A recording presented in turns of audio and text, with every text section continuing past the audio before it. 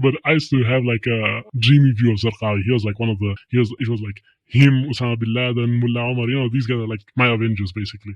We have a weapon more powerful than the British Empire, and that weapon is our refusal to bow to any order but our own, any institution but our own.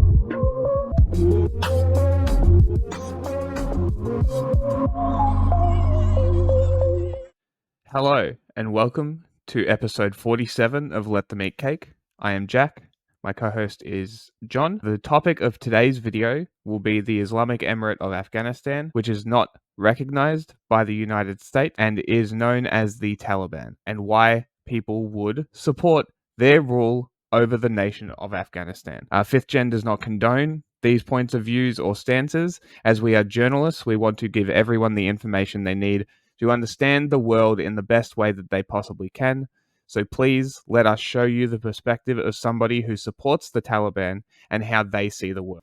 Should I add in now, like, the thing? I don't want to say things like Salafi. One, maybe you don't even know what that means, but people who are more of the theocratic type of person, there's a lot of schools of thought about it, but like one of the, what I would say the best schools of thought is like these people, you'll see them a lot. They'll say things around the theme of Islamic unity, as in like they want the entire Muslim world to come together and unify. Yes. And this is like broad line. If you look at like ISIS, that's what they wanted, to conquer the entire Muslim world, to unify them. But these people might see something like an expansionist, like Muslim empire and stuff, but it's not. It's really just every country that is Muslim, they all stop like their differences and come together. Yes. While some people might consider it a more hardline conservative viewpoint, it's actually like moderate when it comes to, like, they describe Haqqani as the moderate in the Taliban, to be clear, so it's a more like moderate standpoint. And I think these people are among one of the easiest people to talk to about some of these stronger things. Yes. About like militancy and resistance and things like that. So. Yeah, but before we get into that, we have some headlines for you. Quick addition here, before the prep script was done, Senator Bob Goldbar Menendez was found guilty for bribery. It was specifically a bribery scheme in exchange for helping foreign powers and governments. So that's pretty cool.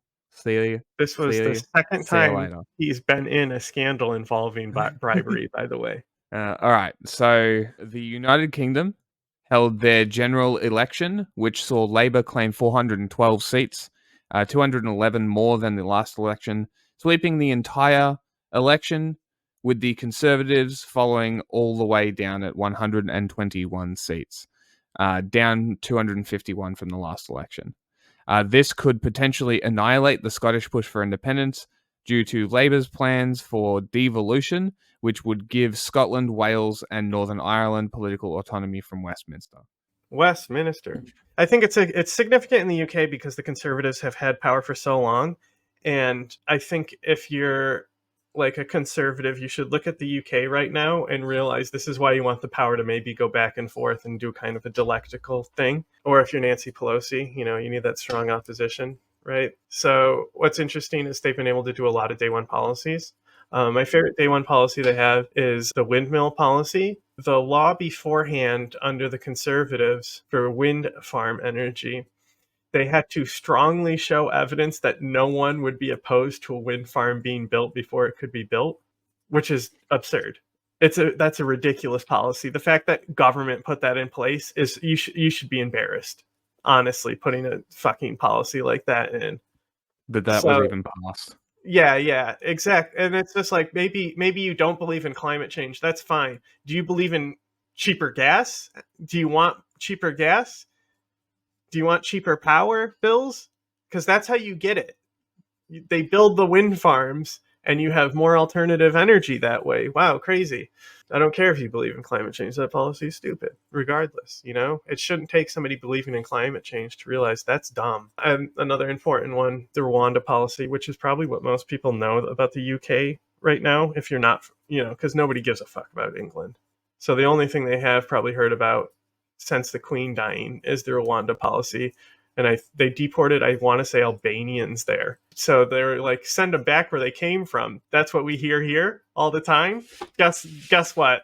This is what happens when the government tries to do that. They end up setting Central Europeans to Rwanda as a deterrent for Central Europeans coming to the UK. I mean, that's a pretty big deterrent. There was no way it was going to hold up. It was illegal anyway. But yeah, the general consensus is that they're calling it reverse NIMBYism, which is a really UK word you may not have heard. It's not in my backyard. So they also are implementing a housing policy similar to Australia's. We've done a video on it before, except this time they didn't need the Greens to come in and amend their policy. So they're building houses now, but they have a projected 1.5 million homes by 2029. And then the most important thing that's happened so far in this like big transitional state is a national wealth fund. So they take public money that's not from like selling gas and resources and stuff. It's just public money and invested in key industries with corporations. And then also investing. There's nothing saying the corporations are going to invest or that they have to, or there's no law saying corporations need to do this. The government has to have enough incentives that corporations want to invest in these things. Now, you know, this is also like a similar, Australia is doing this with the housing. We've talked about it, right? Where they basically have a fund that people invest in to make housing, but nothing says that they will. It's literally gambling, public money. It's hoping, and it's literally state gambling. It's hoping investment will come, and they say that it's going to be 3-to-1. Like the corporations will invest 3 times as much as the government. I don't know what's telling them that's going to happen. Yeah, but for every dollar the government invests. Yeah, so we'll see. These are policies that we've seen in you know, other governments under the crown recently. So we'll see if some of these policies end up shaping out, and if the gambling works, you know, or it causes a housing crisis like it did when corporations gambled here. But you know, this whole thing about government propping up institutions, I don't know. It sounds like communism to me. But yeah, they're also going to do.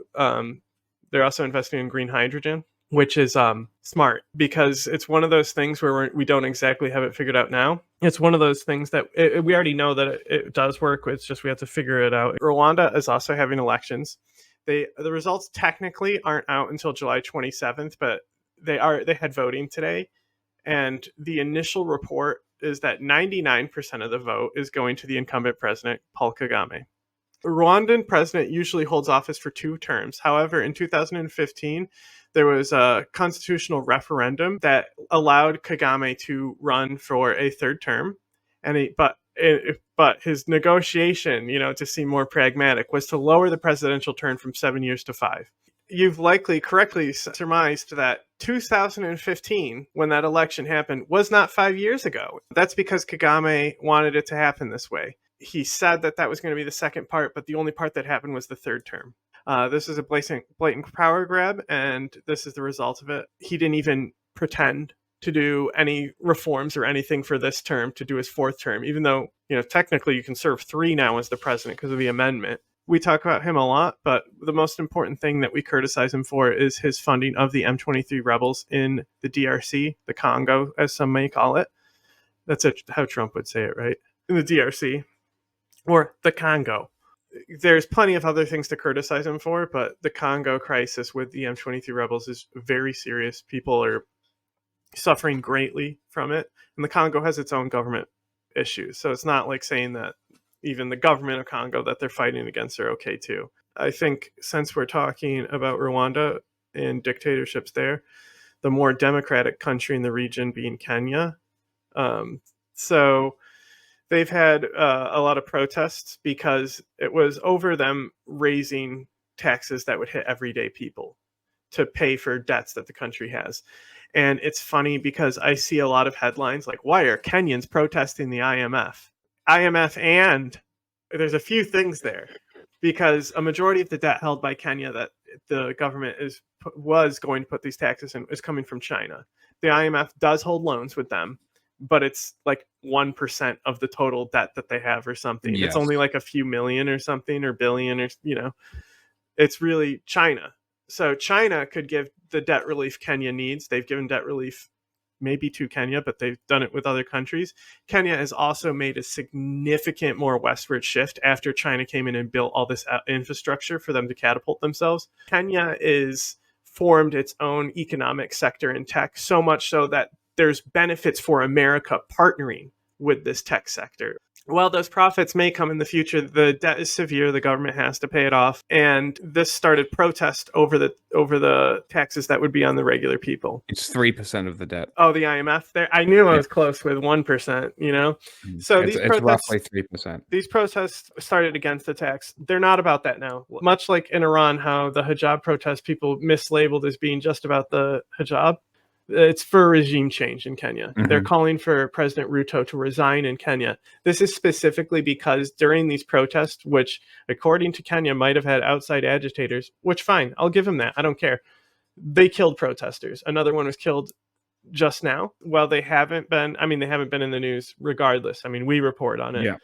But the reports of these protests has trimmed down a little bit, but now they're back up again. So I don't expect anything to come of these protests or anything like that. It's just in the news right now. And it's like, if you care about Kenya, you might want to just look into it, you know. Keep an eye on it Or something, you know, live your life. Another status quo. I think I just want to mention, because people will be like, why didn't you cover Palestine? People are dying in Palestine. People are dying in Gaza specifically. Okay.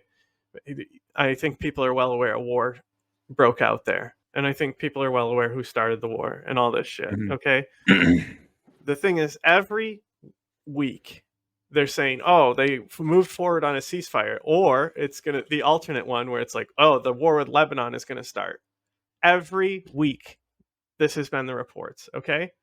Nothing is changing. If it does, hey, then it changed. But don't be like drug along with the media reporting where they're constantly saying we reached a ceasefire. The media is reporting on that because they need clicks for stuff, and the government knows that the media will report on it to make clicks. Shit ain't changing. People are dying. So don't put your hopes in government like they're figuring out with a ceasefire. And the protest has also stopped because the kids went home for the summer. Yeah. Talking about protests and pieces of shit, Turkey's Erdogan has started signaling that he's getting ready to return to the negotiating table to restore diplomatic ties with Assad. So that's pretty cool. These haven't been connected for over a decade since Assad started killing his own people. So despite the continuing Syrian civil war and Erdogan continuing to back the Syrian National Army, or JWS, who are one of the remaining rebel factions fighting the Assad regime, it seems kind of interesting that Erdogan would be pushing for these talks. And Assad thinks so as well. This isn't the first time. I mean, we've seen it because they were just doing the Arab League, bringing them back. We see it all the time from Syrians where they're like, please stop. Do not do this. So the last talks failed. It may not go through because Assad's a piece of shit. But Syrian diplomats have made it clear that no normalization talks will happen unless Turkey withdraws its troops from their territory. It's not clear if they also are going to include like the SNA, the Syrian National Army, or ISIS. Hot take. You know, they have to be like, you also have to get ISIS out of here. Because there's a reason why ISIS was fighting the Free Syrian Army the whole time. The regime wasn't fighting ISIS. If ISIS came in, it was, you know, they did a long march and got out of there. This whole thing, oh, Hezbollah fought ISIS. No, they didn't. Shut up. So Turkey has been running an anti-PKK operations in Iraq and Syria for years. They've especially escalated in Iraq in the last few months. If you look at the zones of control in Syria, there's like a strip along the top of it.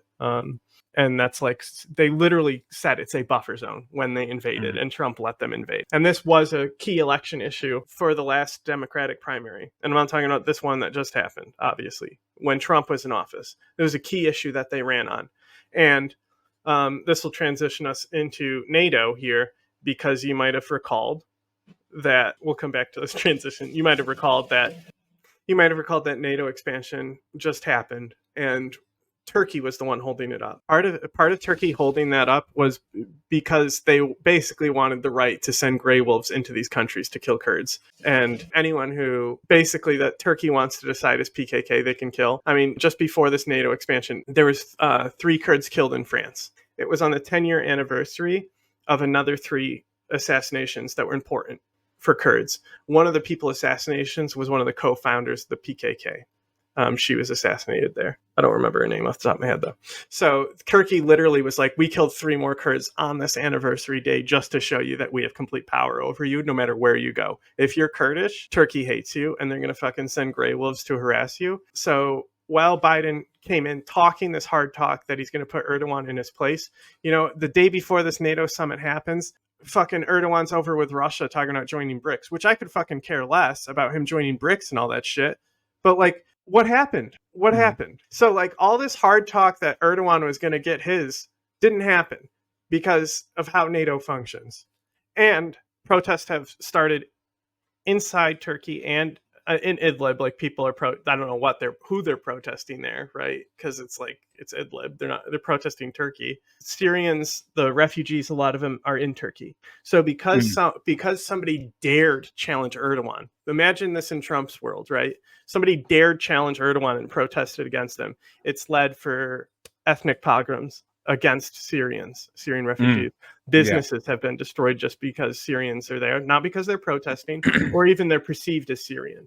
This is how Turkey. This is what happens in Turkey when things happen. There was that bombing in the town square that was affiliated with the PKK, but it's like a faction that the PKK say isn't part of them, called the Freedom Falcons or the Freedom Hawks. After that, pogroms started to go kill Kurds by these people. And that was a lot worse than just some protests that happened. There's been active militant engagements with the Free Syrian Army, which doesn't exist anymore, but the Syrian national spectrum of the militant movement have been clashing with Turkish militants. Yeah. So anyway, as I said, relentless NATO stuff, Turkey is in NATO and shit. The North Atlantic Treaty Organization's 75th anniversary happened, and we're going to tell you all about it. So, everyone's favorite topic, the war that NATO started, Ukraine's war of being invaded by Russia. After Russian missiles struck a children's hospital in Kiev, an increased number of calls for Patriot missile batteries, which we've been calling for forever, not missiles themselves, were needed to be sent with the already long overdue F-16 Falcon fighter jets. In total, 5 Patriot batteries, other defensive systems, Abrams, Bradleys, and F-16s were all confirmed to be on their way to Ukraine shortly. 19 F-16s are coming from Denmark, and another 24 are coming from the Netherlands. Norway also promised a further 6 fighter jets with plans to deliver starting this year. Support for Ukraine was central to this year's meeting for obvious reasons. Support for Ukraine was central to this year's meetings for obvious reasons, but what else happened? Middle East and Africa got a mention, focusing on instability leading to an increase in human trafficking. This is clearly talking about the Shahal, which we've spoken about a lot, and the DRC with the M23 rebels funded by Rwanda, but also, the migration policy with the EU. They're always crying about people crossing the Mediterranean. So that's also kind of coded in there. Also mentioned was China and Russia's increasing relationship, along with both of their interests in the area. China with the Belt and Road, Russia with taking over from the American and French influence. This is Africa we're still talking about. Excitingly, NATO addressed cyber, hybrid, and space warfare. It's exciting to me personally. I don't know if it's exciting to anybody else. Space warfare is fucking gangster. Hybrid warfare, I'm not quite sure what that means. Hybrid warfare does include information warfare. Okay, interesting. So, okay. Well, they largely have, but they have obviously gotten better at it over the last few years. Hybrid warfare just means information warfare and people are dying with guns at the same time. Right. Instead of just hacking and stuff. Because most of it is around battle operations. Anyway, shout out to Japan, Australia, Korea, which Korea though, and New Zealand leaders for attending as non-members guests. And obviously Zelensky. I think we mean President Putin there. Announcements that 2/3 of NATO members are contributing at minimum 2% of their GDP to defense spending, breaking the last time we heard Donald Trump crying about it, where he said, if what did he say exactly? If you don't pay your share, I'll let Putin do whatever the hell he wants to you. You're not paying 2%, you're delinquent. In fact, I'll encourage him to do whatever he wants to you. So yeah, something like that. Literally, if you don't pay your protection fees, we're gonna come break your knees. Fucking great, insane. Bro. So this allows NATO to modernize, announcing their follow through on promises from earlier summits. Quote: "We have strengthened our deterrence and defense postures to deny any potential adversary any possible opportunities for aggression. This basically is just their "I got nukes" statement that Poland, they complain about Putin for. Poland and other places, but mostly I believe Poland, they've been pushing for actually to push to 2.5 as well of the spend. Really Mm-hmm. crazy. So, explaining that the access to Sweden and Finland has allowed them to further reinforce NATO's eastern flank, rapidly integrating their military into their supply chain, taking advantage of this opportunity to further strengthen NATO logistical capabilities after witnessing the Russian logistical disaster in their full-scale invasion of Ukraine in 2022. I really want to stress that this is what NATO is. This is why NATO and the United States will never lose in a direct battle with Russia. They're a logistics company. NATO is a logistics company. It's that defensive simple. cartel. Yeah, Especially it would be especially a defensive cartel if Trump got in there and started breaking those knees for delinquency. They're also increasing investments into chemical, biological, radiological, and nuclear defense capabilities, which is a tiny bit worrying. There's a bunch of nuclear threats, boring. Statements condemning Russian strike on Children's Hospital, typical statement about war crimes. We know the drill. Also added in a denouncement of Russia's liberal use of nuclear threats, following a call to not support fascists and their aggression. Obviously, they didn't say fascists. They said some wishy-washy... Authoritarians. some wishy-washy word that based order. something like that, because they don't actually want to address the fact that these people are fascists, imperialists, and trying to expand their power through crazy military. Because, like, in the political world where fascists exist, it's like you can't use the word. It's like a taboo against acknowledging that it still exists. Kind of like what they do with ISIS at this point, who are fascist. Makes sense. DPRK, China, Belarus all got a mention in relation to the Russian invasion, full-scale invasion. Furthermore, China got criticized for their actions on the internet and cyberspace, clearly referring to their information warfare. But still, they have no plan to counter it. Just please stop. The thing is that the plans have to come from the individual countries because speech freedoms are tied up in it. It's complicated. Partnership meetings, Balkans, Korea, Japan, Australia, and New Zealand, talking about security in their areas. This is obviously referring to AUKUS, minus the Balkans. Balkans is obviously their ascension to the EU, I would assume, and their addition into NATO, if they're not there already. Climate change and women both got their own mention. Nothing major said, just energy. We need energy to run tanks. That's about it. They're just like, we need more power. I mean, it's NATO. It's not about this type of shit, bro. It's not the G7, you know? The United States, Canada, and Finland had a meeting and are united in something they're calling the Ice Pact, with the explicit... Can we talk about how... Well, they also say the Arctic Pact, but I think the Ice Pack, you know, because you can drop the T on it. Fucking great name. Ice Pack. Excellent.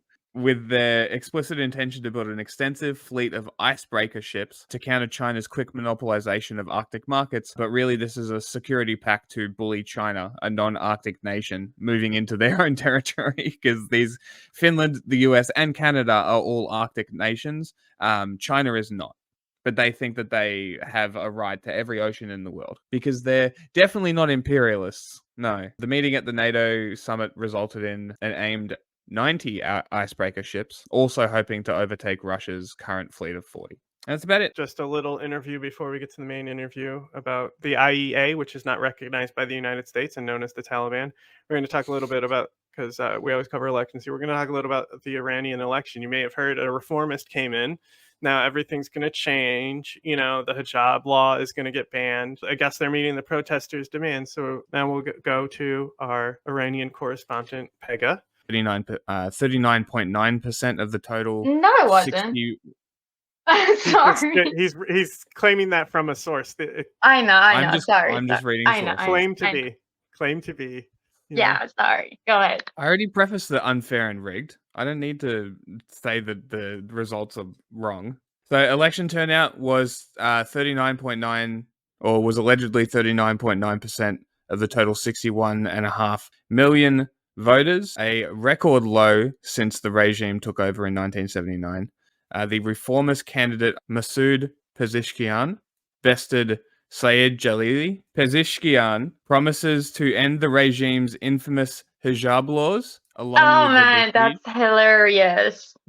defeat, or the morality Sorry, police, and that's restarting hysterical. the Iranian nuclear deal and a push towards normalization with the West. I think the Iranians said it best, and I quote, "It does not matter if it's Pezeshkian or Jalili, because the president is just a puppet." Yeah. So it's so funny that they have like the audacity to say that they're different people, because every single president that's ever been, like, whether it was like a reformist or a non-reformist, they've killed the same amount of people. The main head reformist guy, his name is Khatami, and we liked him a lot, and he was the first president to like kind of have like normal relations with America. He even, like, I think shook hands with President Clinton. Like, when we're saying like it was normalized relations, like they literally just like met in a corridor passing and they said hi, like something like that.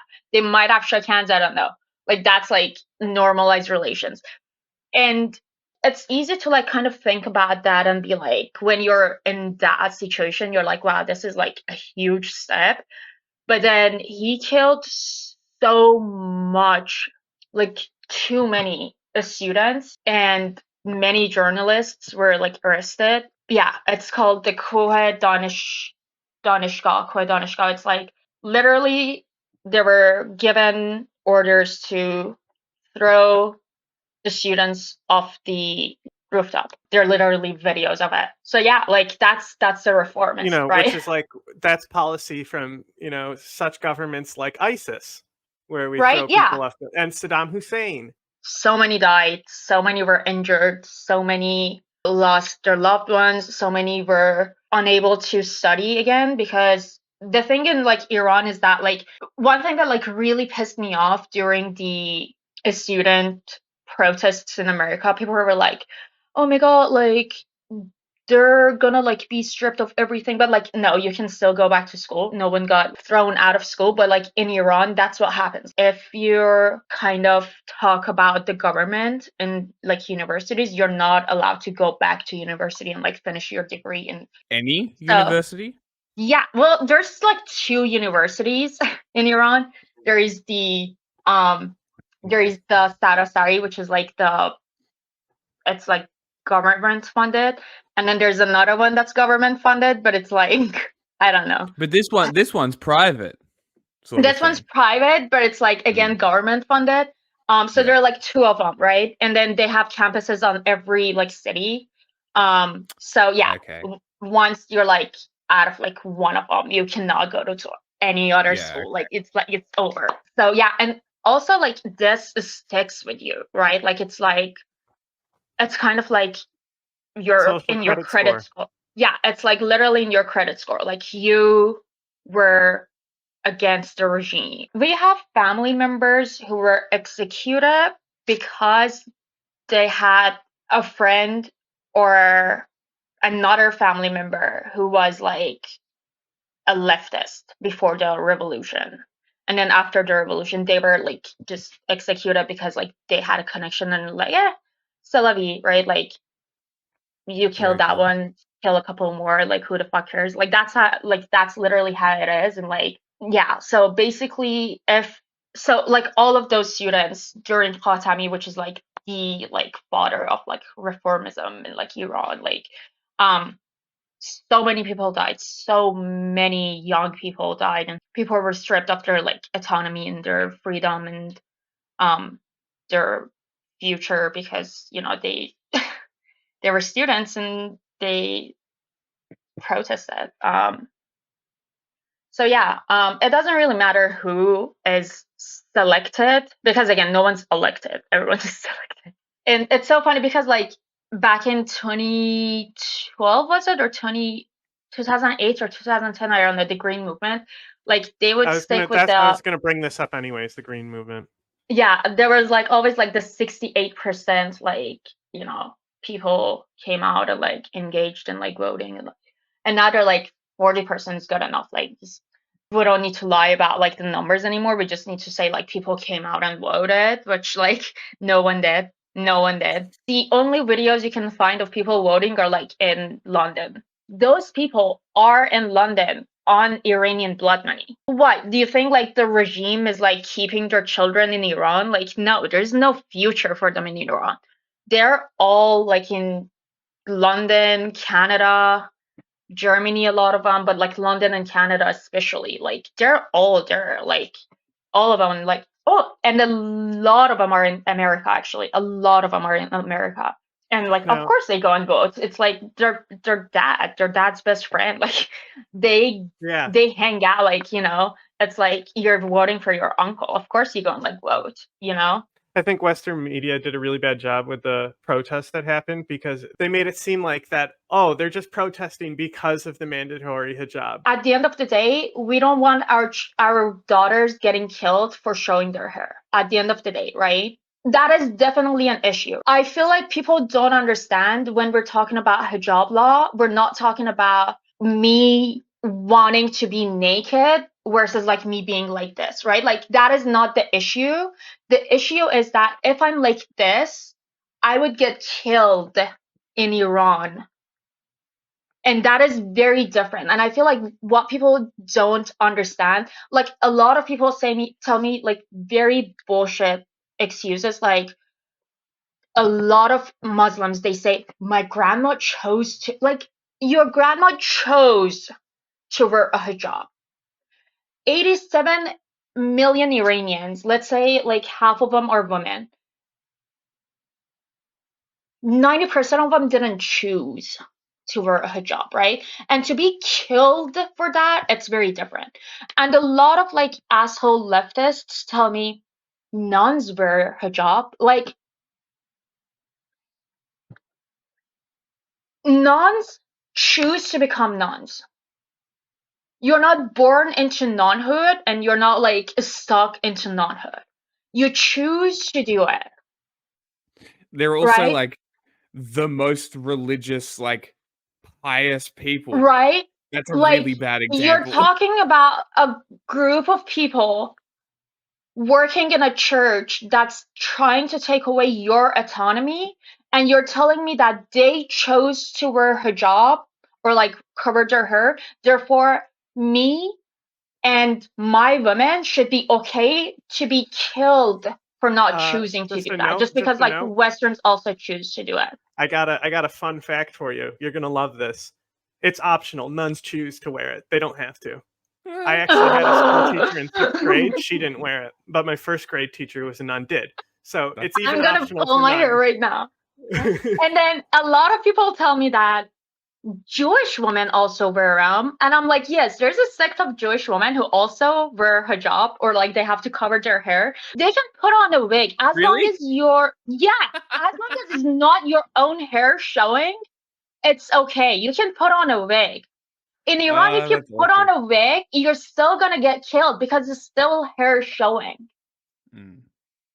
And like people don't understand that, like, why is it okay for Iranian women to die for something they didn't choose only because some subsection of overall, population chooses to wear it, like that is so odd, right? Like a lot of women don't choose to get abortions, but it's not okay to kill the ones who choose to get one. That's another thing that like pisses me off, and I'm kind of actually happy about it. Down inside me, I'm like giddy about this because for 45 years now, Westerns looked at us Iranians, looked at like our neighbors, the Afghans, looked at our other neighbors, the Iraqis, and they were like, that happened to you because you were backwards.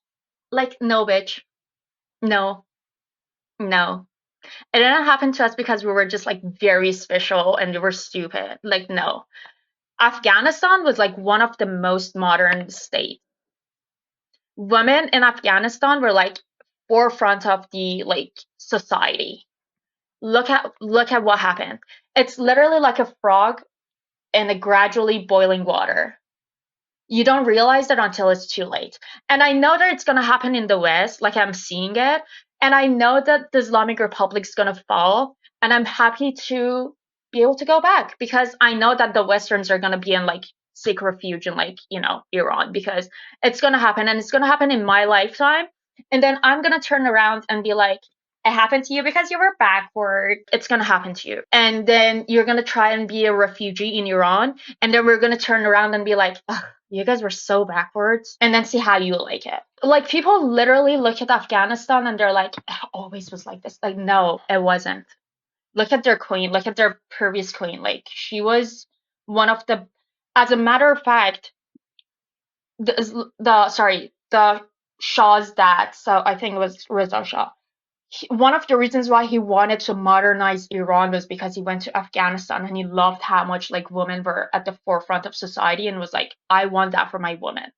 So like, don't come around, don't look at yourself on your high horses. Don't sit around and think that like you're never gonna fall. Our only issue is not the hijab, but it's a very big part of it.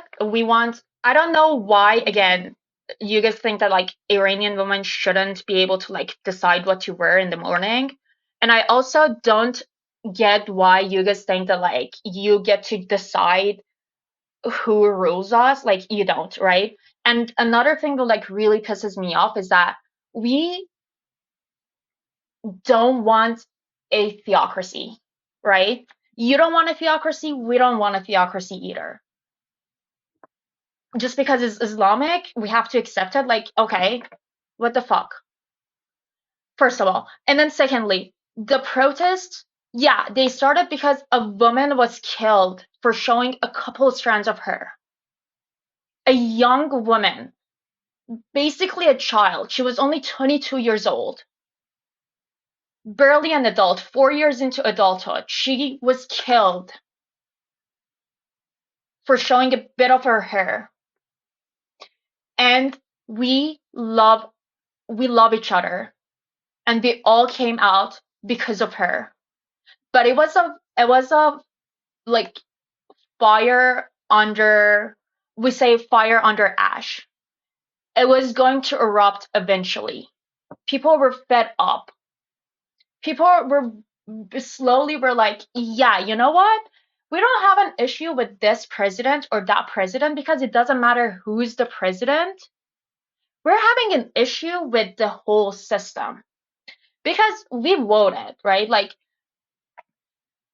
at some point, people actually went and voted for Khatami, right? And he killed us. We went and voted for someone instead of Ahmadinejad, and they killed us. And then another reformist came and killed Mahsa Jina Amini and many other women, by the way. And now we're like, okay, you know what? The common thing, it's the denominator. Regime. Yeah, the common denominator, it's the regime. That's what needs to be changed. The reason why people are unable to drink water, it's the regime. It's not the president, it's not America, it's not the West, it's not, it's none of those. It's the regime, right? Like, and also stop thinking that you're the center of fucking universe. You're not. Like, what is happening in Iran has nothing to do with America. Like, stop. I mean, okay, obviously everything's very intertwined, right? Like, I'm not gonna sit here and be like, the reason why, what was that president? Raisi died, was killed or whatever, like, had nothing to do with the fact that like there is a possibility that Trump's gonna be president, right? Like, I'm not gonna sit here and be like, that had nothing to do with this. But I'm gonna sit here and say, if us Iranians in Iran want a regime change, you guys in America and other Western countries, shut the fuck up. We didn't come to your house. We didn't ask you to change anything. It's none of your business. If it doesn't directly concern you, shut the fuck up. No one asked you a question. No one asked your opinion. No one asked your advice. I didn't hire you as a consultant. You don't know what's best for me. You don't know how is life for me in Iran and here and anywhere else. You don't know what's bothering me. And if one more person tells me that this and that person chose to wear a hijab and therefore 87 million Iranians must be okay with it and must be okay that they die for not choosing it. Like I'm gonna get violent. I'm not, but I'm gonna get very fucking angry. Well, the thing is, the violence is always being committed in your head when they start saying this shit anyway. I'm like, I'm so sorry. What makes you think it's okay to say that? Again, like, a very good example is that not many women choose not to get abortions. Just because you choose to get one should not be a death sentence for you. You know, now it's after that. So that was our Iranian correspondent, Pega. So now you know a little more about how nothing's going to change in Iran, but now you know that they really hate women. Here's an interview about a country run by a group of people who really hate women. I go by Wais Mahmoud. I study full-time, like religious studies, basically. Like madrasa, or? Yeah, I'm in a madrasa, basically. Okay. And Deobandi, you said? Yeah, my family is basically Deobandi. It's not like we don't identify that way, but like a lot of other people would call us that, you could say. Okay. Yeah, because like one of the things like Ace specifically is like gotten me into this is like not really caring about like what's the difference, because analysts get like too caught up in it. For example, like Iraq, they would be like, oh, it's Sunni and Shia, and it's like, no, it's like Iraq versus Iran. Like those guys, like they're backed by Iran. That's the issue, you know?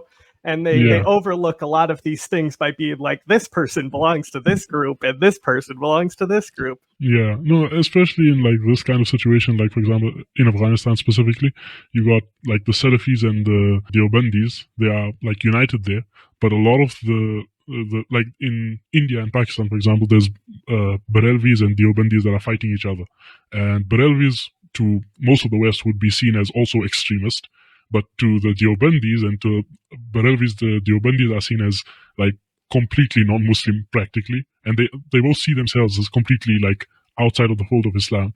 Meanwhile, in Afghanistan, you got the Taliban have Salafi elements, Deobandi elements, Barelvi elements, like they got it all mixed up in there. So in a lot of places it gets mixed when the going gets tough, basically. And what do you think about the Islamic Emirate? I support it, for lack of a better term. Like we celebrated like that day when on August 15th was like celebration for us. We all like were jumping around. We were very happy. Since I was young, we were quite invested in it. My family is originally from there, basically. So we had. I grew up like following them. Mullah Omar was like a personal hero almost. Mm-hmm. Well, I mean, I talk about this a lot, is the misconceptions people have linking like Omar and al-qeada. Like Omar was, he was starting to open up to the West because he was acknowledging that he needed foreign backing to feed people. Like he was actually trying to transition out of a warfare state that Afghanistan had been plagued in. I think it's really al-Qaeda's fault for pissing off the Americans and bringing them sniffing around. Yeah, I do feel the same, and I feel like a lot of Afghans do think that, but a lot of them also have that same mentality of Mullah Omar, in that they still would rather not hand him over to the Americans in the end of the day. They like still supported they were against the war in the first place, but now once the war started, they'd rather fight it through than end it by handing over Osama. Like our family also had like a similar-esque. Like a lot of like in Afghanistan, you'll find a lot of the people, they see Osama bin Laden as similarly as a hero. Like the people who are more informed on the situation, they might have more nuanced takes, but most people will still see Osama bin Laden, al-Qaeda basically being as maybe not part of the Taliban, but like practically one and the same together. Yeah, I've seen some people who get a little LARPy, basically saying that because bin Laden basically pledged fealty to Omar, that they basically like the Taliban or like the kings of all Muslims, basically, and like al-Qaeda just answers to them. Yeah, no, that's he did give, but I don't think that's how it really all plays out. Yeah. But I mean, that's a very minority opinion, and I'm sure the people who are talking about that are in, England. Yeah. Vast majority, I don't think. A lot of people might not even know about it. Like, I know quite a lot of people who they'll support the Taliban, but they like think that al-qeada is like CIA or something. Once when I've been in madrasa for like practically my whole life. So when I was like pretty young, I was maybe like 10 years old, and a classmate of mine was telling me, "Hey, I think that Osama bin Laden is actually like CIA and this." And I was a big fan of Osama bin Laden, so I was like, "No, he can't be." He was like, "No, but think about it. Have you ever seen Osama bin Laden in the same room as George Bush?" And I was like, "No." Oh god, that's epic. That's awesome. Yeah, but at the time, I don't even know. I was so small, I couldn't even tell if now. I can't remember now if he was using that as the meme or if it's like if he was being serious. Speaking about like the withdrawal, since it's relevant, this report just came out that shows they're claiming that there's new evidence that challenges the Pentagon account of the bombing at the Kabul airport, that a majority of the people who were killed by American gunfire at the gate. Well, I wanted to hear your take on this, how you feel about it. Yeah, I'd recently seen it. Like, I came across the article. I hadn't read through it. Neither have I. But I have read. I did follow people who did claim this, like from the Taliban. Some did, but it was a minority, because a lot of people, like, when the narrative basically agrees with them, they don't have most of the Taliban, as it is, they don't like ISIS. And so this was more of a reason to dislike ISIS anyway. So there wasn't much need to dig into it. Although some, if I'm not mistaken, at the Afghan Eye, they did say that a lot of the killings was from US soldiers. But this was during like their long podcast, so I don't think a lot of people. It wasn't something that was spread a lot at the time. Mm-hmm. Also, then they followed up with a drone strike on children and things like that. Just really punctuates America's like inability to take responsibility and action on anything. Yeah, it did also just that it basically just solidified how people see them. Like, it basically strengthened what us Afghans have said about America all along. Like, a lot of people, like, I've seen what you like how you explained how America, relatively speaking, like compared to the Russians, for example, was much more lenient, you could say, as far as civilian deaths, etc. Mm-hmm. And I do think that's true. I've spoken to other people. But the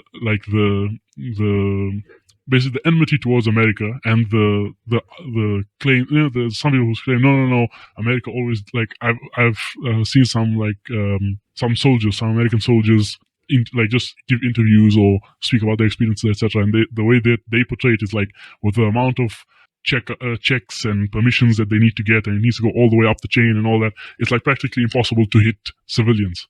But from the stories on the ground that I used to always hear from family and from friends, etc., then it was like basically this last attack just solidified the narrative of indiscriminate or not well checked bombings, and much higher casualties than are claimed by the Americans.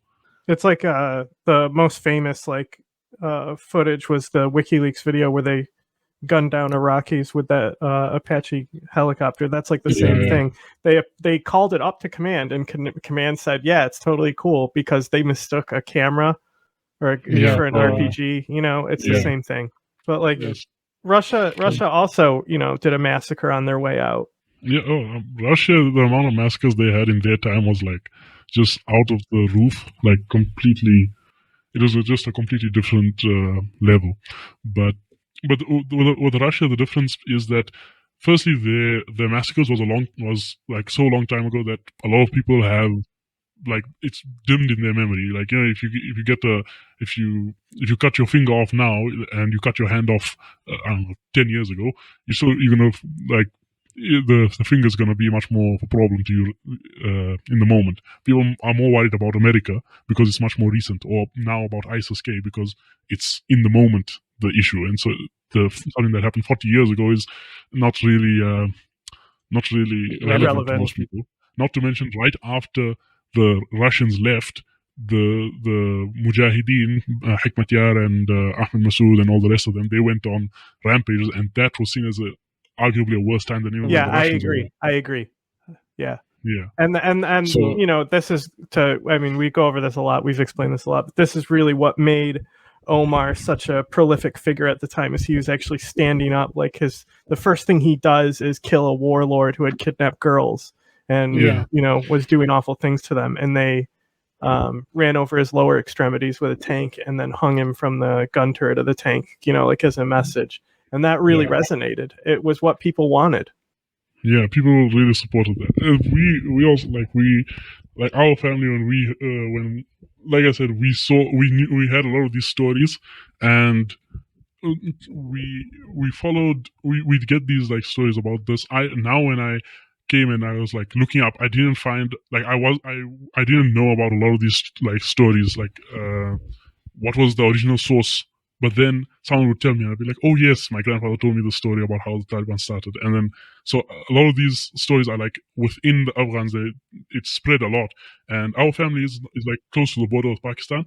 So, and still it's like all over, it's like a lot of people have this this belief of that, or this memory of the Taliban, that they came like in a time of hardship. They like brought some stability, basically. Yeah, and you also, you have the iconic Cloak of Muhammad speech. The only time the cloak has been taken out, and that is like symbolic to Afghanistan, because Pashtun kings have pulled out the cloak in the past. Yeah, that cloak is. Yeah, that cloak is very symbolically important. And Omar probably didn't even know the news crews were filming him either. It's not only significant like in recent times, also like when people would have like mental issues or have problems with jinnat, then they'd often go to that museum to visit that cloak or that area, and it was seen as like having baraka, basically. I don't know what the English word for it is. So for someone to wear it, like it was it's also rare. Like it's before Omar, I can't remember who was the last person who actually did the ceremony and wore it, but it was quite a while back. So with the Islamic Emirate, one of my friends who's linked to Syria says, even if the Taliban screw up, we shouldn't criticize them because they're an Islamic government, and that's the goals that we're trying to achieve. How do you feel about that? Do you think there's room to criticize them, or do you feel the same way? I think this is one of the things I disagree most with, like my fellow Taliban supporters, if you will. The criticism of leadership and stuff, I feel like, is a very, very important thing just to keep the government. I say to keep the government accountable, but that almost sounds like Western talk, if you will. But you know what I mean, like to make sure for the government to be kept in line with the I don't know how to put this correctly, but basically to keep the government accountable, to make sure that they stay in line with Sharia. Otherwise, then you can get basically a lot of the Arab states where, even if like you argue for now, even if I don't really have something to criticize, I think that it's important to actually find things to criticize. Actually, this, like, not all of my I have some people like who at least up until recently were very big supporters of Erdogan, and they had the same mentality where they say, no, we like, despite his mistakes or despite this or that, we should avoid criticism. My father is like especially like very hard on like you could say free speech. Now, like, obviously free speech from like a different perspective. We're still on that like blasphemers can get chucked off a building and that kind of thing. But there is I feel like the level of I don't know, that the famous quote of the French guy, but they say it's like attributed to him, this quote that like how to tell who's your masters or something. Voltaire. It's attributed to him that he says that if you want to know who your rulers are, see who you can't criticize. So there's also another like basically to test how strong free speech is in any country or in any government, land, whatever. You should see if you can go to the public square and stand on a box and criticize the rulers or whatever. And if you are able to do this safely, then you are in a relatively free society, relatively. And I think that that should be a thing where you should be able to criticize the rulers as much as possible. But I do think there's a line, basically. I think there should be a line where you can criticize the rulers, but you can't criticize religion, etc.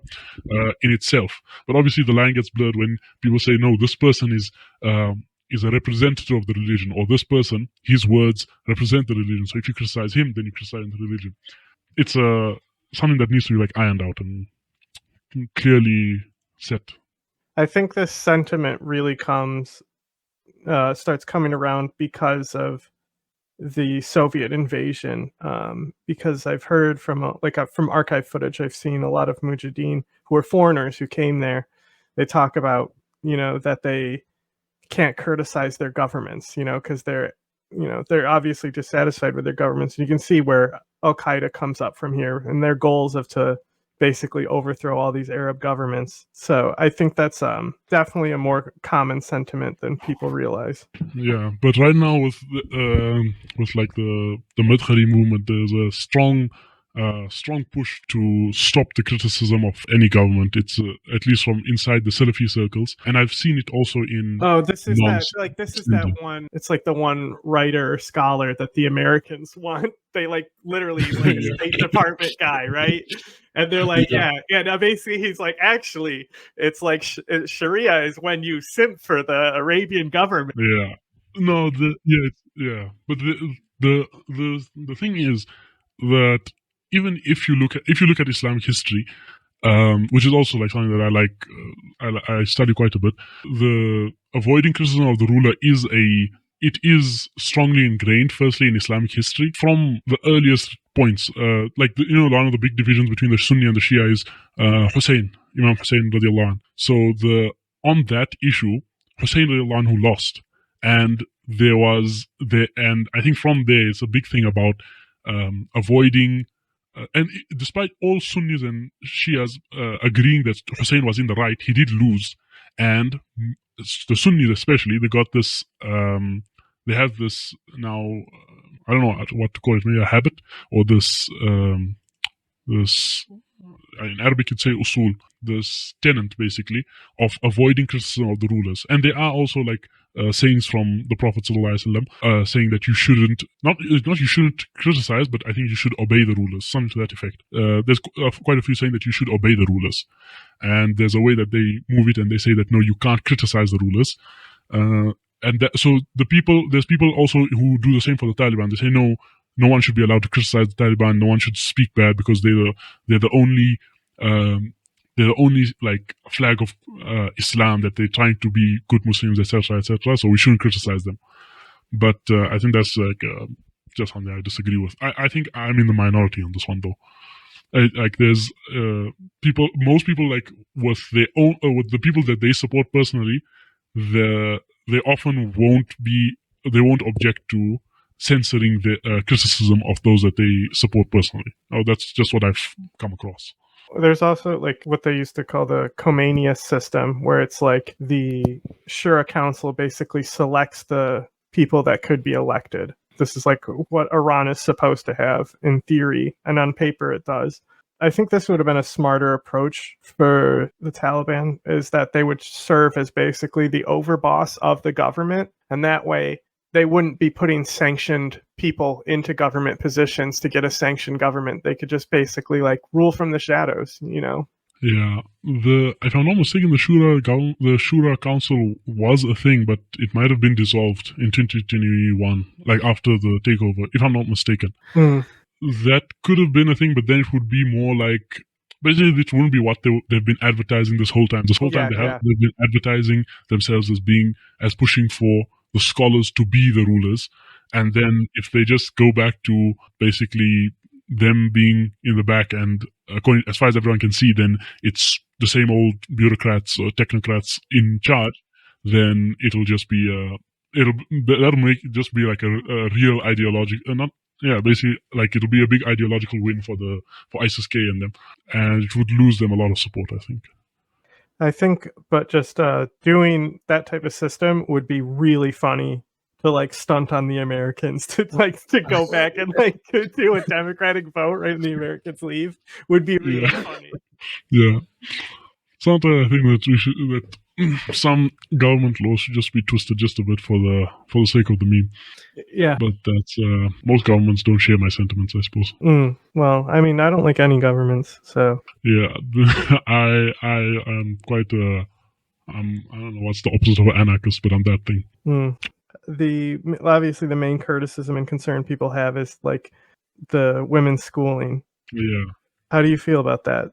I feel like education is a really tough topic, to be honest. It's one of my like passions in life is education. Like I enjoy teaching. I feel like it's if there's like one thing I could do in life, then it would be teaching. Making a full education system and everything is, I think, what's needed basically. I did agree with them initially, or like when they said, okay, with the pause on education, I wasn't specifically for women from grades 6 to 12. I wasn't opposed to that entirely. I said that, okay, for the time, I was opposed to them setting the deadline and then breaking that deadline. I feel like that's just bad governance. That's just bad. It's just bad overall. And then also the reasonings that they gave was, they said we need to fix like the uniforms.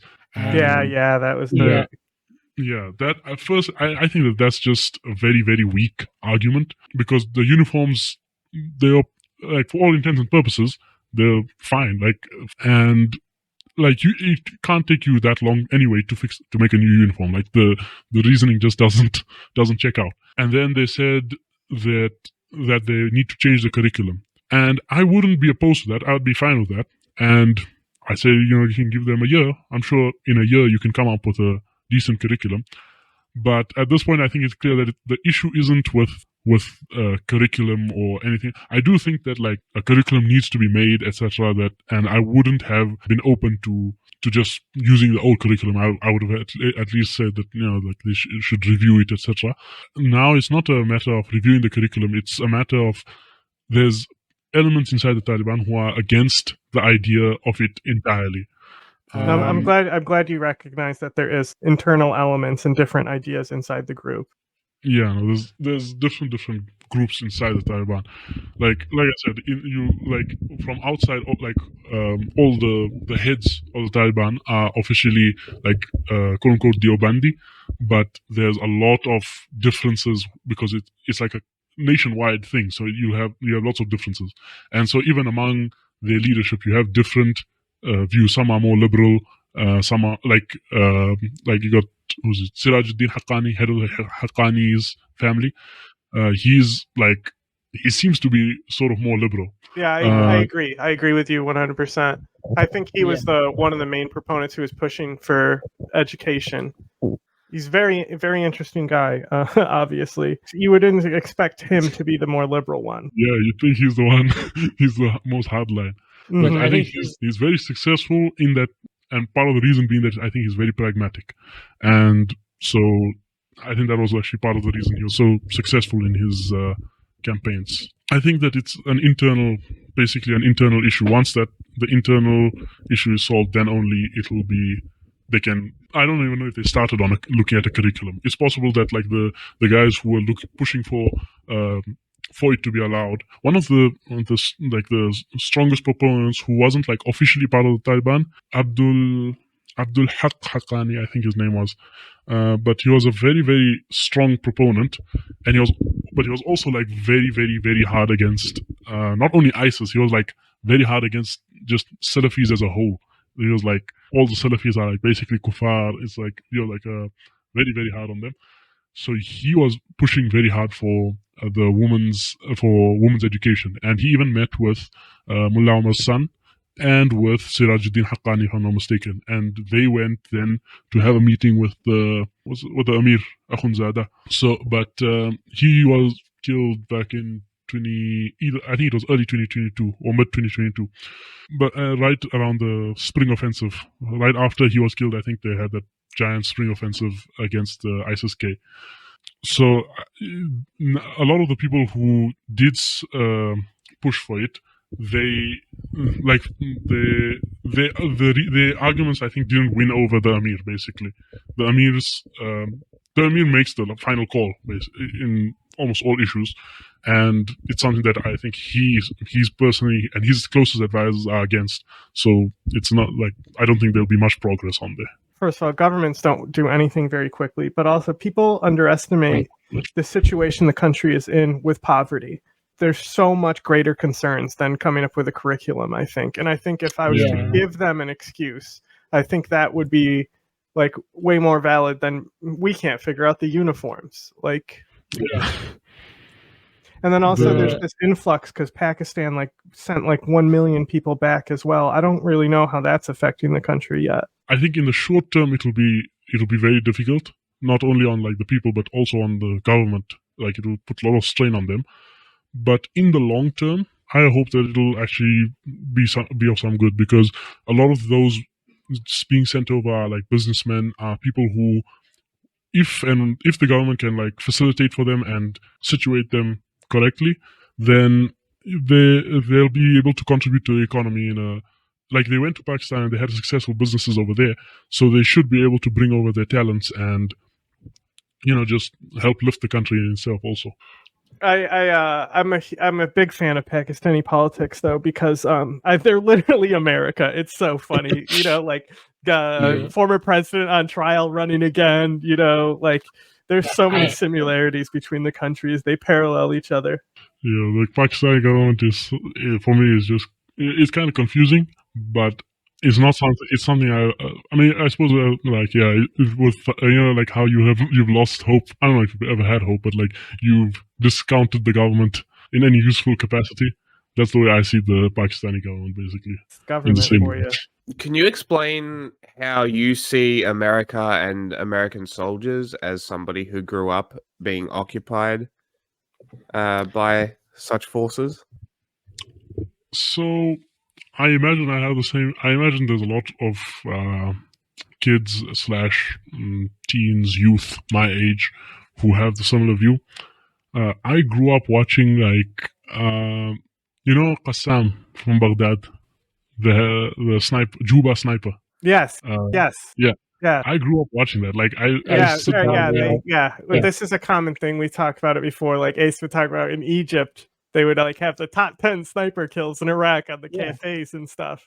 Yeah, no, I literally, like, the amount of, I have, if I didn't know, like, for example, currently, probably my most disliked leader is Bashar al-Assad. Oh my God.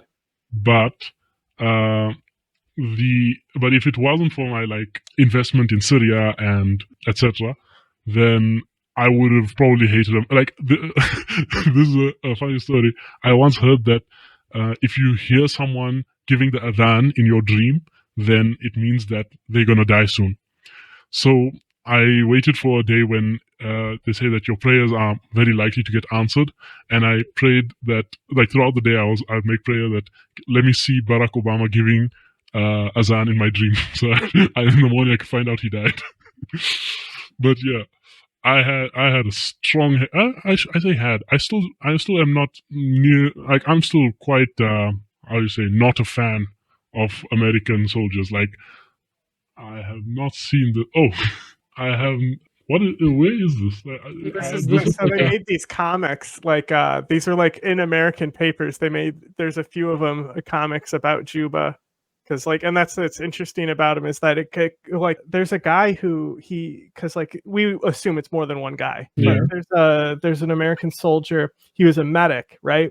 And they were filming a sniper video, and he got hit in the chest, and his plate carrier caught it, and they pursued these guys and like shot him up, but he treated the sniper who had just Yeah, I heard this story. Yeah, there's a mythos around this though. Like I loved Juba. It's such like a.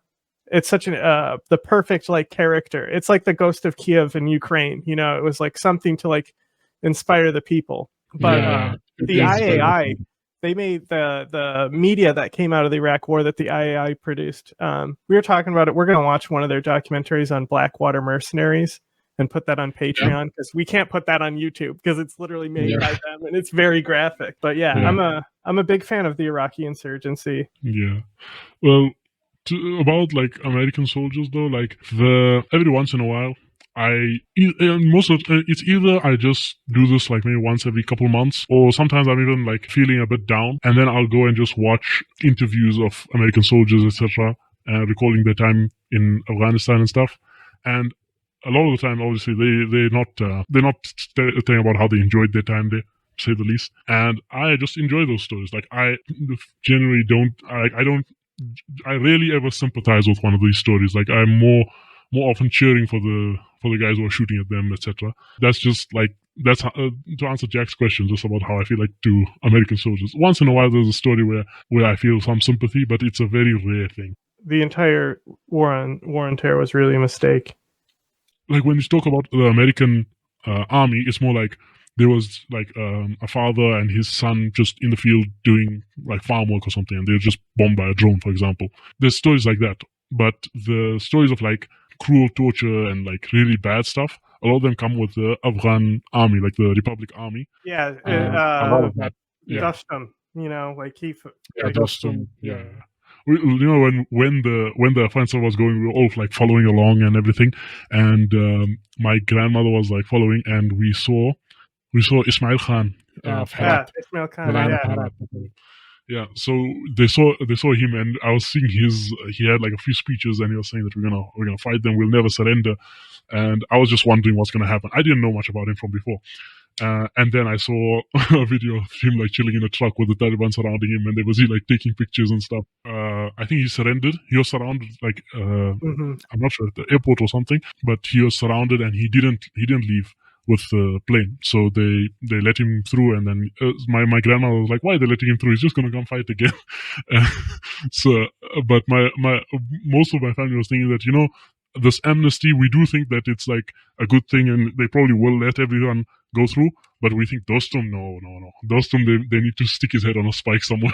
Yeah, well, I'm pretty sure he's still in Turkey, because after he in the Ashraf Ghani government, he had his men rape a tribal elder and like photographed it, and that was not a good thing to do. That was not a smart thing to do.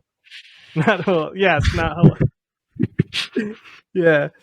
But Ismail Khan, interesting about him is his group had like one of the most successful attacks against the Soviet occupation. They like hit an airstrip with like a bunch of like placed charges, so they blew up all these planes on the Soviet airstrip, and it like was the single like most costly attack of the war. So it's like he's got that going for him. I mean, a lot of the guys, like I was looking at, like I was planning on making a whole YouTube channel just on Afghan history, starting back like in the Mughal area up to like today. And it was going to be very extensive, but now I have like studies taking over, so I'm probably going to put that on the back burner. But when you look at a lot, like we know a lot about a lot of these stories, like just like hearsay, basically, just the story. But when they tell these stories about against Soviets, then it's just like the Mujahideen. Usually it won't be like Hekmatyar or Abdul Samir or Sayyaf. They won't say or Ahmed Masood. They won't say the specific person who did it in the Mujahideen against the Soviets. They'll just say the Mujahideen did this, the Mujahideen did that. But then until I like looked into it, until I came online, I didn't like know jack all about like Hekmatyar. I knew about Ahmed Masood slightly. But I knew I think that's the only of the like Soviet era Mujahideen that I knew of. Hekmatyar arguably worse than the Taliban. Yeah, I've seen a lot of conflicting things on Hekmatyar. I honestly don't know. Like my stance on him is like is basically it flip-flopped so many times that at this point I just say I don't know much about him. I can't tell. It's funny. He learned to code because of the like the Taliban basically exiled him, and he learned to code just to make websites about why the Taliban are bad and stuff. And I think that's so funny to be like molding so much that you learn how to code. Yeah, no, Hekmatyar, right? Even like during the occupation time when he was like with the government officially, the Taliban had like a respect for him, sort of. A lot of like the Taliban had a respect for him because Mullah Omar and a lot of the people who eventually joined the Taliban during the Soviet era, they were fighting under him. So even now you find a lot of them. They like criticize him, but they have that level of like deference basically to him. This is one of my favorite photos in history. This is Erdogan sitting at the feet of Hekmatyar here. Oh, I've seen this one. I think I've seen this picture in one of your videos before. Yeah, I mean, it's so funny to me. Here, is he pouring his wine or pouring his own wine here? Is wine boy? I want to know what's going on here. Need to know the backstory of this photo. I'm a strong believer that the Taliban should have stayed in power because, like I said, Omar was already changing things. They were all like, okay, we're not going to execute people in the football stadium anymore. Things like, and I think if it continued with Omar and just working through Omar, we would be way further along today than we would have by just having an irrelevant government for 20 years. Yeah, I think to a big extent that is true. For example, this issue of education, a big reason why it's being blocked, going back to the Soviet times even, women's education and that kind of like messaging is basically seen as synonymous with the occupying state. Every occupying army came in with the thing that we are going to liberate the woman with the women's education, etc., etc. And so now it's become almost it's like fully morphed as like a part of the Americans or part of the Soviet strategy. Like when a lot of Afghans, especially when they think of women's education, it connects straight to like colonization in their mind. So this is something that you might have had more progress under if Mullah Omar had stayed along. In my personal opinion, though, I think overall the war might have been a good thing. I know this is a weird thing to say, but I think that that overall it's not. I mean, it's bad. It's obviously has a lot of bad effects, bad consequences that came along with it. A lot of people died. There's a lot of suffering, but I think that in the long run, Afghanistan will be, if things go smoothly, if they don't get like fall in the bad trap with China and Russia and stuff, and if they manage to, there are a whole lot of like ifs, but if they can, like for now they have like infrastructure that America and India basically funded, which they basically what as far like a lot of the Taliban like if you want to look at it with a positive view, a very optimistic view, the Taliban were in power in a country with practically no infrastructure that had just had all the big cities completely destroyed. Kabul was like Aleppo today. Yeah, and just to remind people, it was not the Soviets who leveled Kabul. Yeah, it wasn't. It was like Hekmatyar and Ahmed Massoud. They fought and like completely destroyed Kabul. The Soviets were mostly doing their business in the rural areas. And then Hekmatyar and all the quote unquote mujahideen, they went and fought each other and destroyed all the big cities. There was no roads. There was no infrastructure at all. And that's what the Taliban were ruling. All right, basically a big dust bowl. The Taliban got kicked out. America came in. They poured tons of money into it. They got Kabul into a relatively decent city. They got some nice roads, some nice infrastructure up and running. They got some dams and everything. They even made plans for further infrastructure, and then they gave it back basically. So in the long term, with an optimistic view, you can see how it wasn't. It's not entirely. It's not everything. It's not all bad basically. There's a lot of good that now they have a lot of engineers, etc.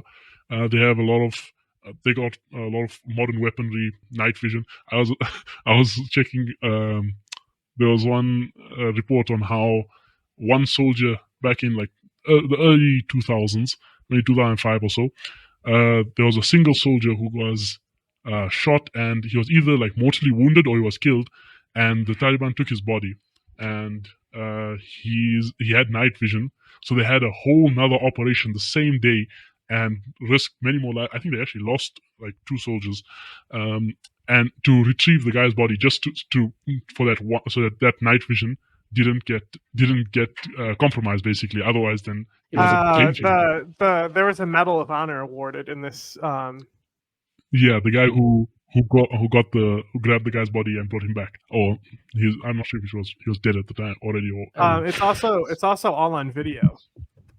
I saw some video. I didn't know all of it. Seriously? I saw like a clips of the battle. It's a pretty interesting battle. All over night vision. It was to get the remains primarily, but Sure it was. But anyway, We know how America is with their technology. They don't leave their super secret shit. They blow it up or they retreat it. They left all their You think super secret shit. You think they left super secret shit there? There's no fucking way. Yeah, I they think could have that's evacuated more people, but they're busy bombing Eagle Base. Yeah, I think that, but so in that sense, I do think that like Afghanistan did come out with a lot of benefit through this 20 years of war. Like, I wouldn't say that it's necessarily like equal to the blood that was spilled, but the blood that was spilled was, I think you can't say it was spilled in vain, basically. I mean, I did bully one American guy and I was telling him that, but I'm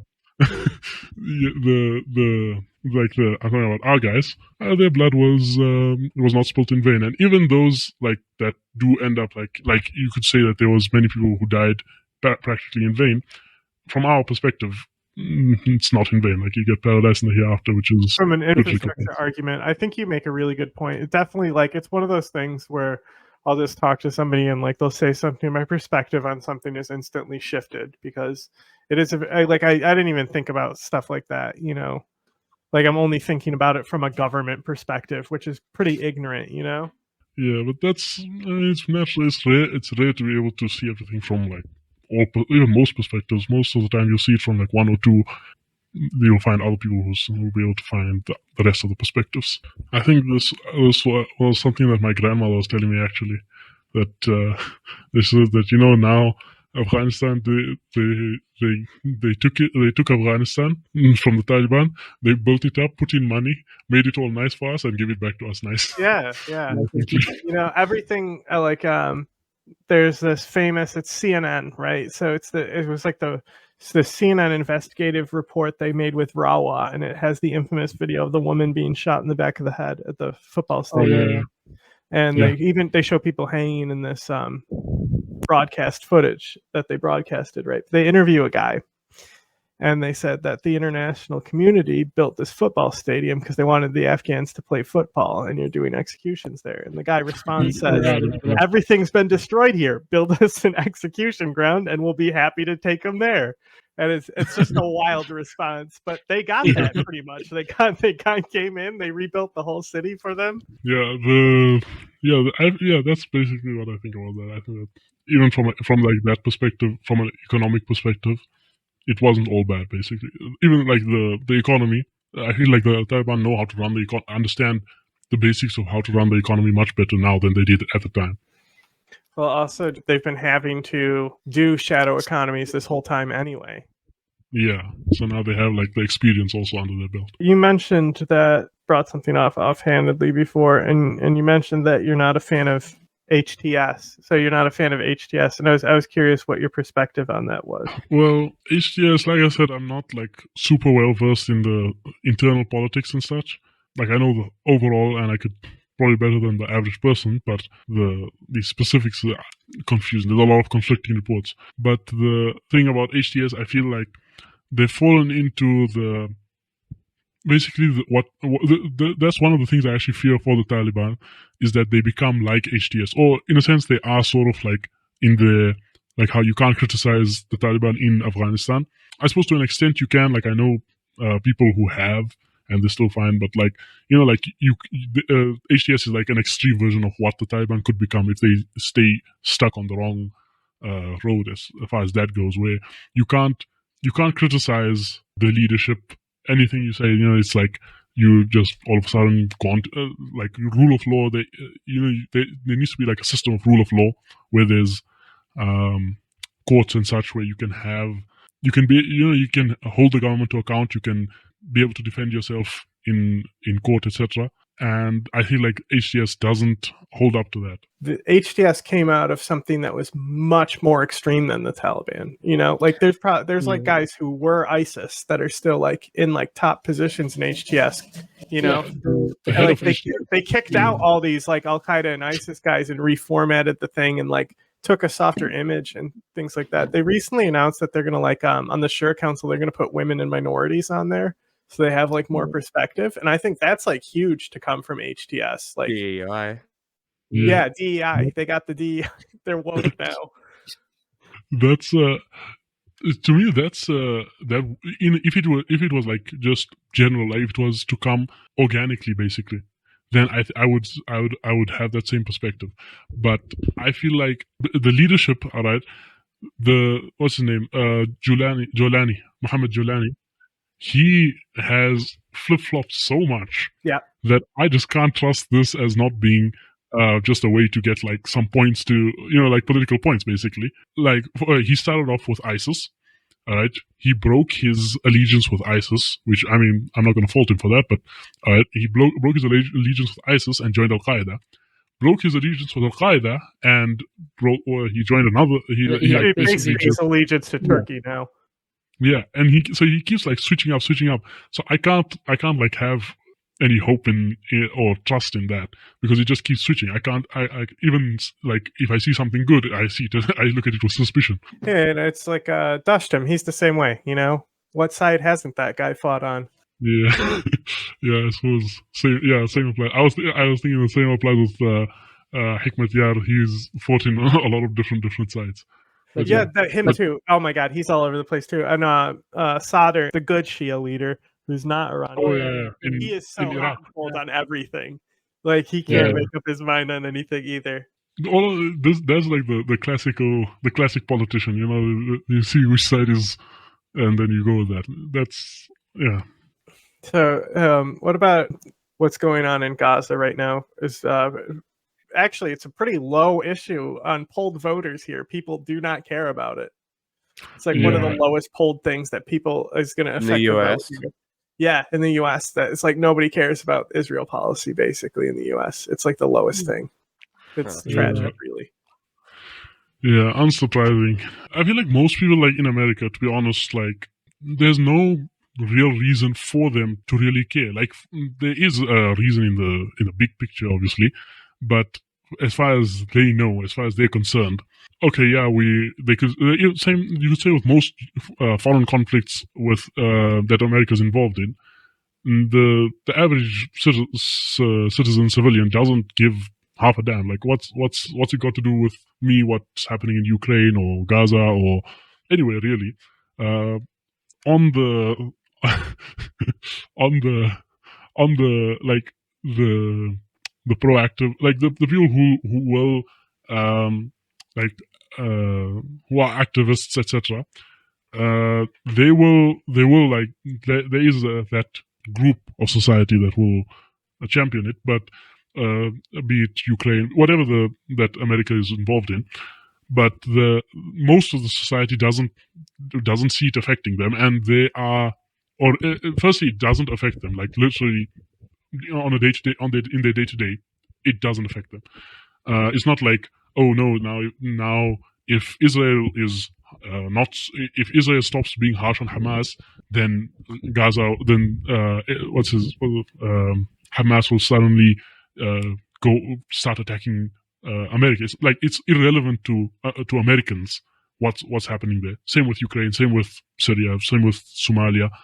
So that's why most of them don't care. I can't 100% fault them, and I think that I'm not sure. I can't like say for certain, but I imagine that this is something that Osama bin Laden was thinking. Like, let me make them care. Yeah, make them care. Basically, yes, that's exactly right. Yes, that's what I reckon.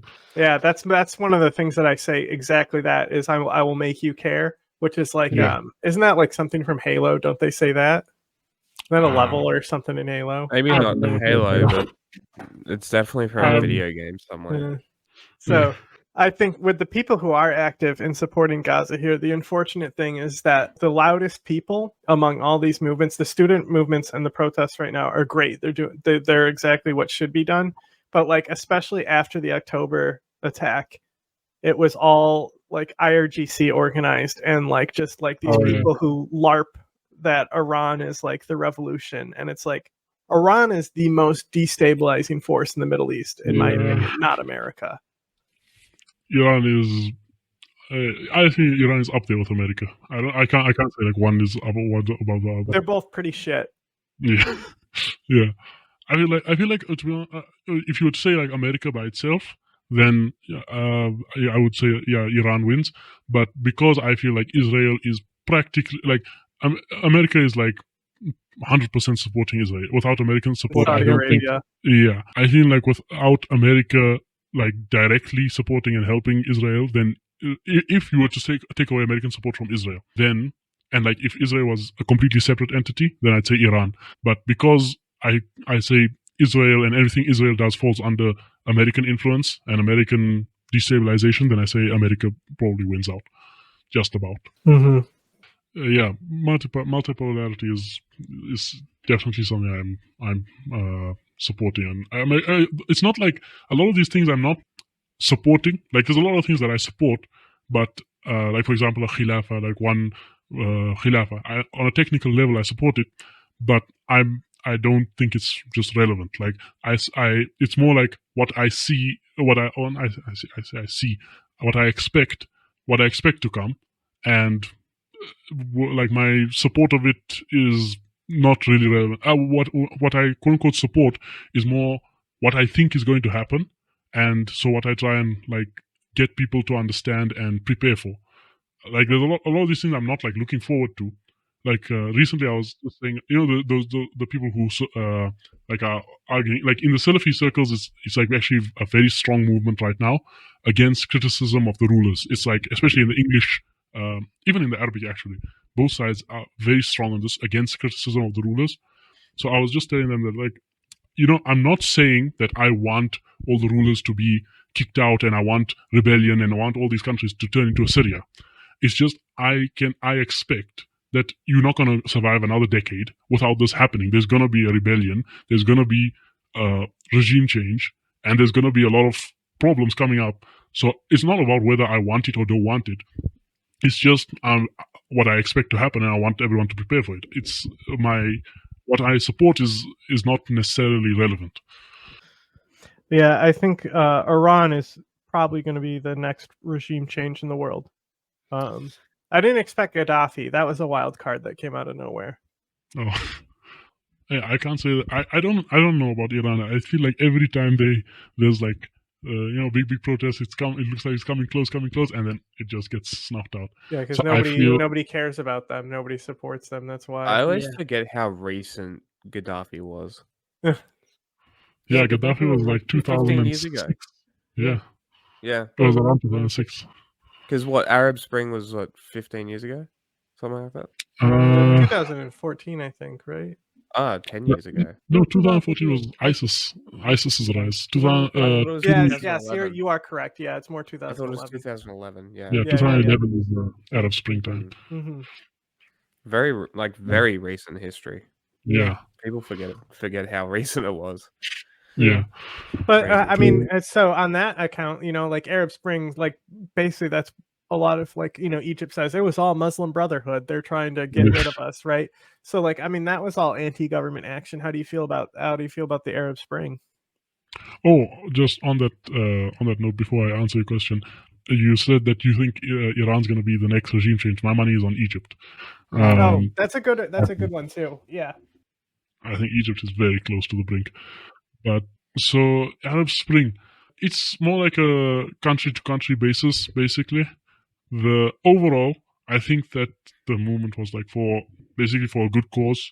I think because it was like so, basically it didn't have enough, most of the places it didn't have enough like either momentum or leadership, like organization, which is why in most places it didn't pan out. Like in Syria, there was so many different groups that when it did turn into a war, there was like 70 different rebel groups and whatnot taking over different parts of the country. Where was it? In Egypt, there was it was the stronghold of the Muslim Brotherhood, so they like took that opportunity and they rose to power there. And then Mohammed Morsi, he got bagged. But yeah, I think that's just like, I don't have like a very strong opinion on it's good or bad. Basically, I'm not a fan of the government, but I don't have a strong opinion on the protests. I think really it requires revolutionary action Gaddafi fell mainly because he had no supporters, but also because France helped. Assad stayed because he had international support, and the people who were fighting against him had none.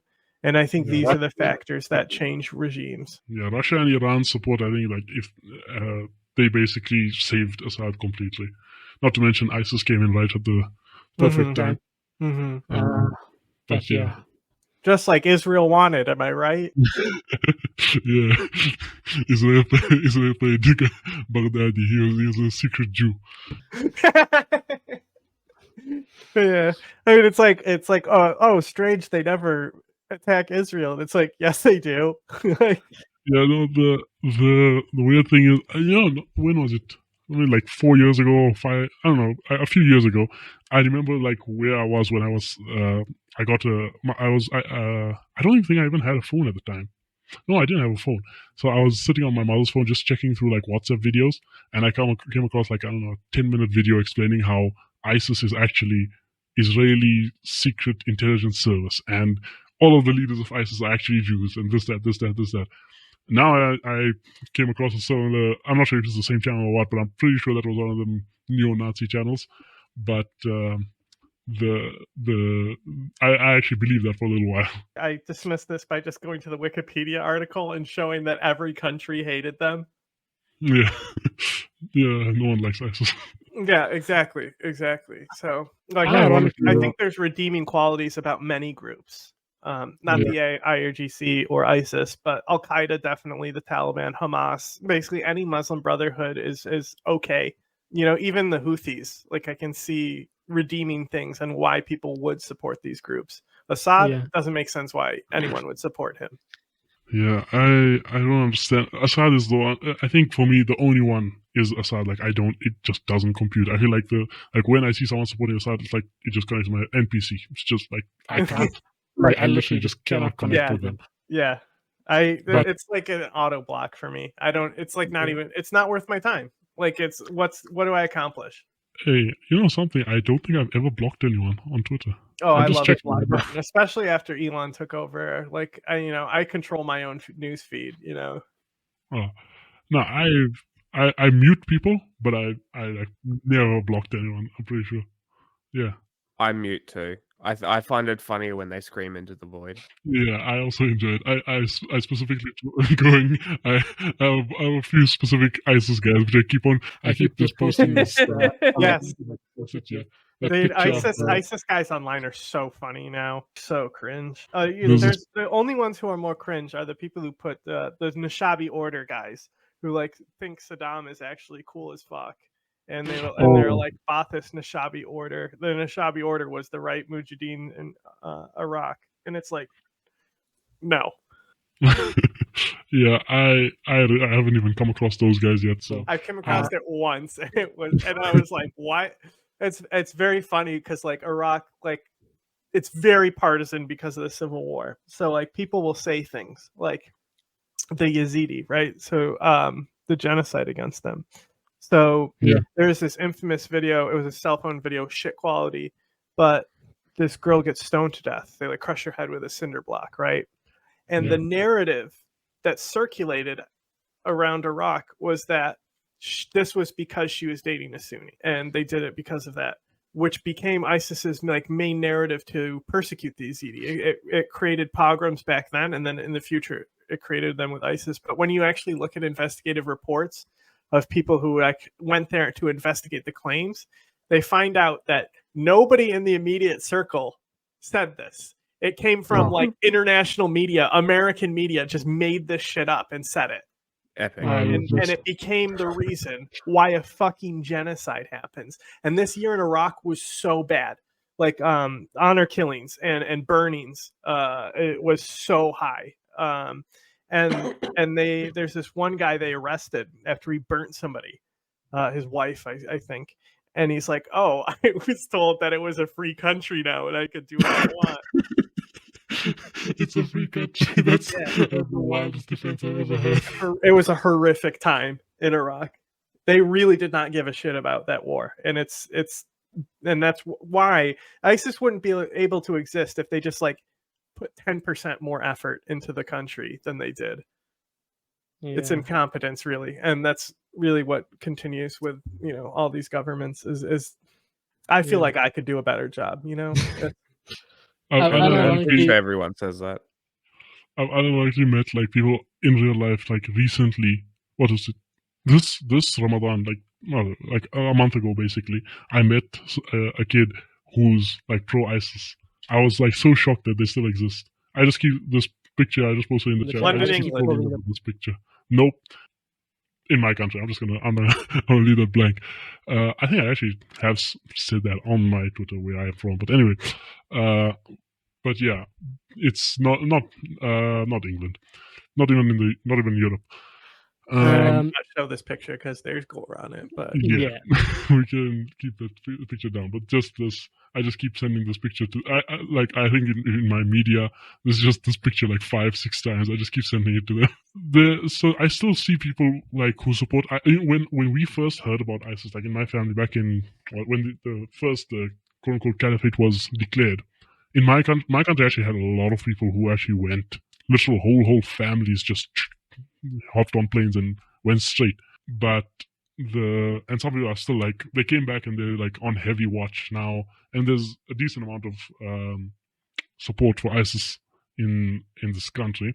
But most of the people are like, basically they don't know, like if you ask them, they don't know jack all about Assad. They don't know they won't even know about like HTS and stuff. They won't know the situation. They just heard about the caliphate and everything, and so they got hype on that. When we first heard about it in my family, we were like kind of excited. We were like, "Oh, yo, is this really happening? Like, what's going on here?" Most of my family was like very supportive for the first 2 nights, I think it was. On the first, when they first announced it, then maybe I just got lucky with this, but I didn't like ISIS from like the first day. But this was because my father like showed us a video, and which ISIS had posted, and it was like basically ISIS just killed, like they had a bunch of people that were blindfolded, and there was like snippets of questions that they asked them and the answers, and then they killed them. And there was one guy, I remember, he was they're like driving next to his car and they shoot it out. After they take him out of the car, he's like screaming, he's like, "I'm just a taxi driver, I'm just a driver," like, etc., etc. And they shoot him anyway. So I don't know how old I was at the time, but I was asking, I was like, why did they do that? Like, so my father, he was also like, my father's not like a fan of, even I don't think al-qeada. Like, he's like not very much into these like al-qeada, ISIS, these kind of groups. He does support Taliban, but like so he was like, no, he's like the Shia. So I was, I from that time I was like against ISIS. So I got lucky with my pick basically. But there's a lot of people who are still on that high. They're like, no, the someone in my madrasa once, they told me, no, I'm not saying ISIS is right, but where do you see the enemies of Islam attacking the most? And he said, ISIS. Everyone's fighting ISIS, so they must be good. But so that is this thing that I feel like there is a lot of ignorant people who do still support ISIS, but it's much all the people who are like actually dedicated, who would have done something, a lot of them already went off, unfortunately. This is what consumed my life for a while, was just getting into ISIS Telegram channels and finding people who are like thinking about going, who spoke English, people from England and stuff, kind of like educating them and showing them the misconceptions they have, and to, just showing them like, this kid came, next day he's dead, like the things they're promising you is like. A lot of the people who, like, if the people that I've spoken with, if I were to tell them that, they wouldn't like see that as an argument against it. They'd be like, okay, that's good. That's he went and he died, he became a martyr. What's the argument against it? So I had to go, they say like, or I say, okay, no, they're from the Khawarij. Like, they're from this. What they're doing is not part of Islam. So then for that, I have to like show them like religious arguments, basically. That's sort of where I am. Yeah. I know more. I would take that route if I could cite the religious arguments, but yeah. No, I'm not even like educated in that section actually. Like, I literally like part of the reason I got educated on a lot of things was arguing with a lot of people. Like, I start an argument and then I read 2-3 books on it mid-argument to get my sources. Yeah, so you're learning to code just to spite them. Yeah. Yeah, I got a bit of Hikmat Yaz's DNA. So what's funny is like the group before the caliphate, it's still ISIS, but it went by many names. But Zarqawi, the founder of it, when he went to Afghanistan and met Osama bin Laden, he went to bin Laden and he told him that bin Laden didn't know shit about Islam and they had to kill all the Shia. And bin Laden was literally like, I'm going to give you $100 to never talk to me again. And like, that's how he got al-Qaeda backing. So like, al-Qaeda fucking hated him. He was a lifelong criminal. Like, he knew how to call shots, organize gangs and stuff. And he just was able to pull the power in Iraq, where it became, even al-Qaeda was like, fine, you're our guy now. Growing up, one of the people I used to actually watch was Zarqawi. Like, I used to check his videos and stuff. And for some reason, probably because I was like small, I couldn't like differentiate and stuff. But I thought his name was Khattab. And I also used to watch Khattab, and I also thought his name was Khattab. And then I grew a little bit older, and I was like, okay, now which of them is Khattab? But I used to have like a dreamy view of Zarqawi. He was like it was like him, Osama bin Laden, Mullah Omar, these guys are like my Avengers, basically. Then I found out what you were just explaining now, like this is what I had also learned about Zarqawi, that basically he wasn't educated. And recently I was actually speaking with one of my friends, and he was saying no, he actually had studied with the Jordanian al-qeada guy, Abu Muhammad al-Maqdisi, I think. Yeah, there's like a scholar who's like associated with him and even issues fatwas in prison. I think he's out of prison now, al-Maqdisi. Well, that's when they were studying. That's what, like, when he had this encounter, and when he was more of a regular criminal before that prison sentence, which we talk about this a lot, is the main reason for extremism in the Middle East is because of Arab prisons. Yeah, a lot. Yeah, no, same with Anwar al-Awlaqi. Like, he before he went to prison, after he went to prison, he was a whole like different person, basically. Zarqawi? No, or not Zarqawi, Zawahiri, I meant to say. Zawahiri. Yeah. He also went in Egyptian prison. It's most of the people, like most of the leaders of or prominent people, like you'll find that at some point they went into prison, and that was the turning point. The only one who didn't is bin Laden, basically. Yeah, bin Laden didn't actually. Yeah. A prison of his own design. Yeah, he eventually takes an anime women. Yeah. And honestly, if I become like I don't know what's a good euphemism for jihadi, but that euphemism leader, then I get caught with my laptop, I'm gonna get caught, and they're gonna be like, this guy used to play Grandia on his laptop, and I'm gonna have all those retro RPGs on my. You just put some things in there that just sort of call back to YouTubers, just random fucking YouTubers. So if they find it, it's just be like, he watched all these YouTubers.